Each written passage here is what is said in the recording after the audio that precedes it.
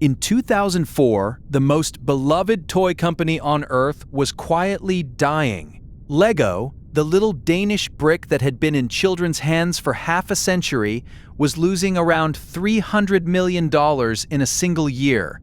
It was buried in debt, drowning in products almost nobody wanted, and burning through cash so fast that insiders later admitted the company was a short step from bankruptcy. The family that had owned it for 70 years had run out of answers. And then, over the next decade, something almost unheard of in business happened. Lego did not just survive, it came roaring back to become the largest, most powerful toy company in the entire world. This is the story of how a pile of plastic bricks nearly went bankrupt and how it rebuilt itself, one brick at a time. Take a seat. This meeting has one item on the agenda. How Lego, a company that prints money out of colored plastic, very nearly buried itself. And then did the rarest thing in this entire building. It came back. Most of the stories told at this table end in a grave. This one is different. This is a story about a company that forgot what it was, chased every shiny idea it could find, and almost paid for it with its life, before a single outsider walked in and reminded it of one very simple thing. The minutes run 9 minutes. Stay for the lesson at the end. The story begins in 1932 in the small Danish town of Billund.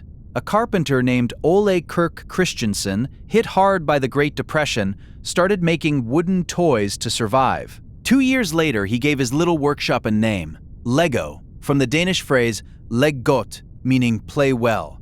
He did not know it at the time, but by pure coincidence, that same word means I put together in Latin. For years, Lego made wooden toys.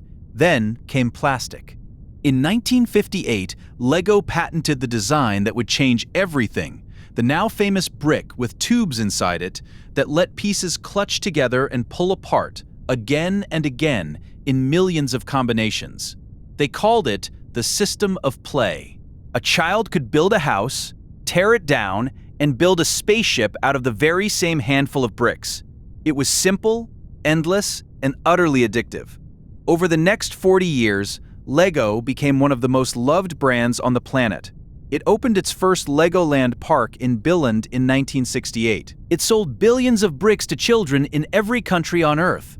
By the 1990s, surveys ranked it among the most trusted and recognized names in the world.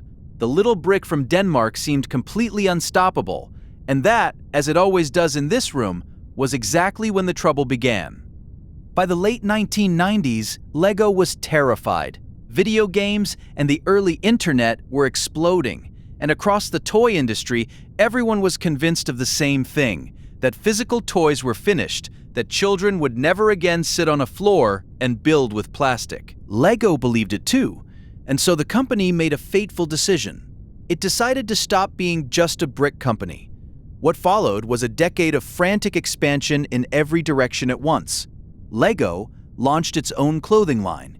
It made watches. It poured money into video games and a children's television show. It opened expensive new theme parks around the world. It chased movie tie-ins and invented strange new product lines, including action figures that barely used bricks at all. The thinking inside the company was that the brick was old-fashioned and that the future had to be everything except the brick. Underneath all of it was a quieter, far more dangerous problem. To feed this explosion of new products, Lego let its designers run completely wild. The number of unique pieces the company produced ballooned to well over 12,000. Every single new piece needed its own expensive steel mold, its own slot in the warehouse, its own line in the supply chain. A company that had built an empire on a few brilliant, reusable bricks was now drowning in thousands of one-off parts that each cost a fortune to make and sold almost nothing. I have watched this happen at this table more times than I can count. A company gets frightened of the future, and in its panic, it decides the very thing that made it great must be the thing holding it back. So it runs from its own strength. It diversifies. It complicates. It mistakes motion for progress. And one morning it looks down and realizes it has buried its crown jewel under a mountain of clever ideas that nobody ever actually asked for. Lego did not have a creativity problem. Lego had too much creativity and no discipline. There is a difference. Remember it. The numbers finally caught up. In 2003, sales fell off a cliff, dropping by around 30%. In 2004, Lego lost roughly $300 million and was sitting on a mountain of debt. For a private, family-owned company that had known nothing but success for 7 decades, it was a genuine near-death experience. The owner, Kjeld Kirk Christensen, the grandson of the founder, knew the family could not fix this alone. So in 2004, Lego did something it had never done in over 70 years of history. It handed control to an outsider, a young former management consultant named Jorgen Vig Knudstorp. Only in his mid-30s was made chief executive. He had no family ties to the brick at all. What he did have was a brutal, clear-eyed view of the truth. He stood up in front of the company and told them, in effect, that they were standing on a burning platform, that the money was nearly gone, and that almost everything they had been doing for the last 10 years had been a mistake. Knudstorp's medicine was simple, and it was painful. Stop chasing everything. Go back to the brick. He sold off the prized assets that were bleeding cash, including the Legoland theme parks, handed to a private equity firm in 2005 for around $460 million. Money that Lego desperately needed to stay alive. He attacked the insane complexity head-on, cutting the number of unique pieces from over 12,000 back down towards 7,000, forcing his designers to reuse the brilliant parts the company already owned. He fixed the broken supply chain, and he cut costs without mercy. But the real turnaround was not just about cutting, it was about remembering what Lego was actually for. The company started listening, obsessively, to the people who genuinely loved it, both children and the enormous community of adult fans it had spent years ignoring. It leaned hard into licensed sets like Star Wars and Harry Potter. It doubled down on beloved core lines like City and Technic, and it began building entire products around what its fans told them they actually wanted. Then, in 2014, came the masterstroke that almost nobody saw coming: a full-length feature film. The Lego Movie was a global smash hit, turning the toy itself into a story and making the whole world fall in love with the brick all over again.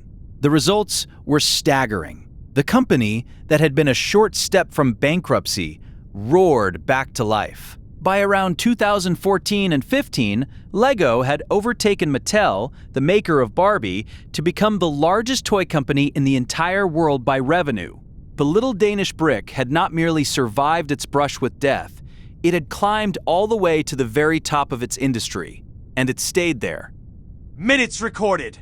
Before we adjourn, one question for the room, and do leave your answer in the comments. Lego almost died, not because it ran out of ideas, but because it had far too many. It was saved by a man who walked in and told it to do less, to go back to the one simple thing it did better than anyone on Earth.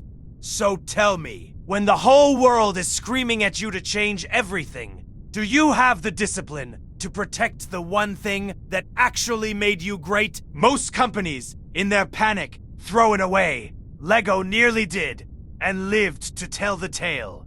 Next meeting, a founder who once stood in line for food stamps, who was rejected for a job at the very company that would one day pay $19 billion for what he built instead. WhatsApp. Subscribe. Attendance is taken.